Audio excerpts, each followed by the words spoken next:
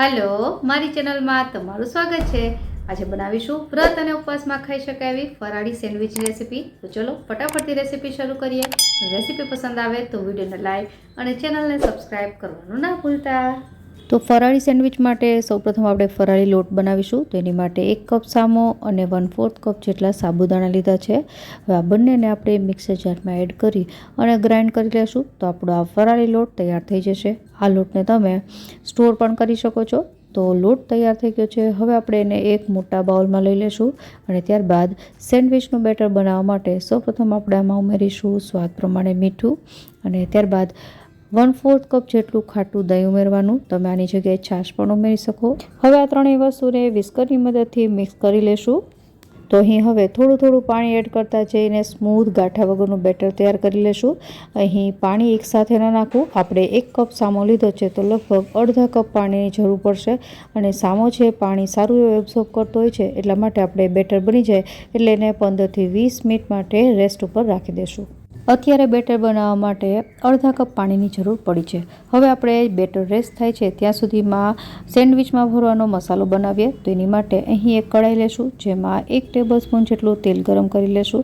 તેલ ગરમ થાય એટલે અડધી ટીસ્પૂન જેટલું જીરું, થોડા મીઠા લીમડાના પાન, 2 થી 3 तीखा लीला मरचा। અહીં મરચાનું પ્રમાણ થોડું આગળ પડતું રાખવું કારણ કે આપણે બેટરમાં મીઠા સિવાય કોઈ પણ મસાલો નથી કર્યો। હવે આપણે થોડું ખમણેલું આદું અને ત્યારબાદ અહીં મેં 2 ટેબલસ્પૂન જેટલો અધકચરા શીંગનો ભૂકો લીધો છે એડ કરી અને એને 1 મિનિટ માટે સાતળી લેશું જેનાથી શીંગ છે થોડી ક્રિસ્પી લાગે। અને હવે 1 ટીસ્પૂન જેટલા સફેદ તલ ઉમેરી દેશું। ઘણા લોકો તલ ખાતા નથી હોતા તો એ લોકો સ્કીપ કરી શકે।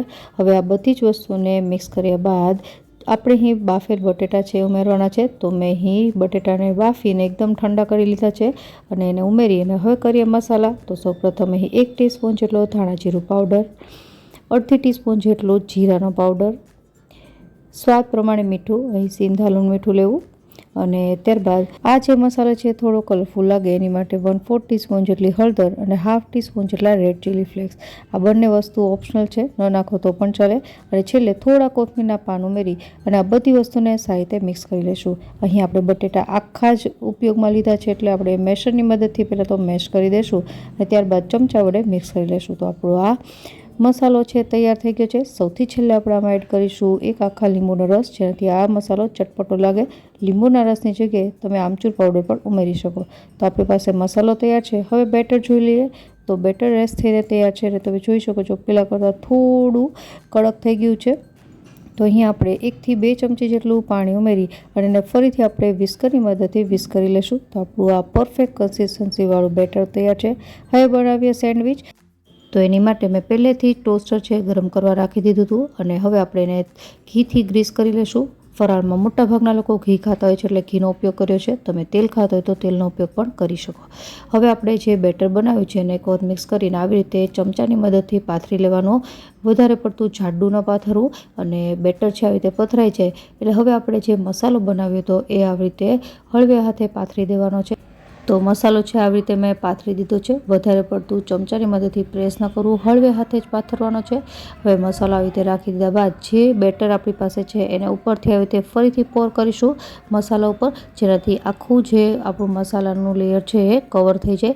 અને હવે આપણે આને ટોસ્ટ કરવાની છે। તો ટોસ્ટ કરવા માટે આ જે આપણું સેન્ડવિચ મશીન છે એને ઉપરથી જસ્ટ આપણે ખાલી બંધ જ કરીશું, એકદમ પ્રેસ કરીને જેવી રીતે આપણે નોર્મલ સેન્ડવિચ બનાવીએ છીએ એમાં બંધ કરીએ એવી રીતે ટોસ્ટરને બંધ નથી કરવાનું, નહીંતર બેટર બહાર નીકળી જશે। તો થોડી વાર પછી આપણે ચેક કરીશું કે સેન્ડવિચ બની કે નહીં। તો લાલ લાઇટ થઈ ગઈ છે એટલે આપણે આ મશીન છે ખોલી લેશું અને તમે જોઈ શકો છો કે ઉપર લાઇટ ગોલ્ડન બ્રાઉન જેવો કલર આવી ગયો છે। હળવે હાથે ચીપિયાની મદદથી આપણે એને કાઢી લેશું અને તમે જોઈ શકો છો નોનસ્ટિક હોવાના લીધે જે આપણું બેટર છે ક્યાંય પણ ચીપક્યું નથી। તો આપણી આ ફરાળી સેન્ડવિચ તૈયાર થઈ ગઈ છે અને આ જ રીતે હું જે બચેલું બેટર છે એની પણ સેન્ડવિચ બનાવી લઈશ।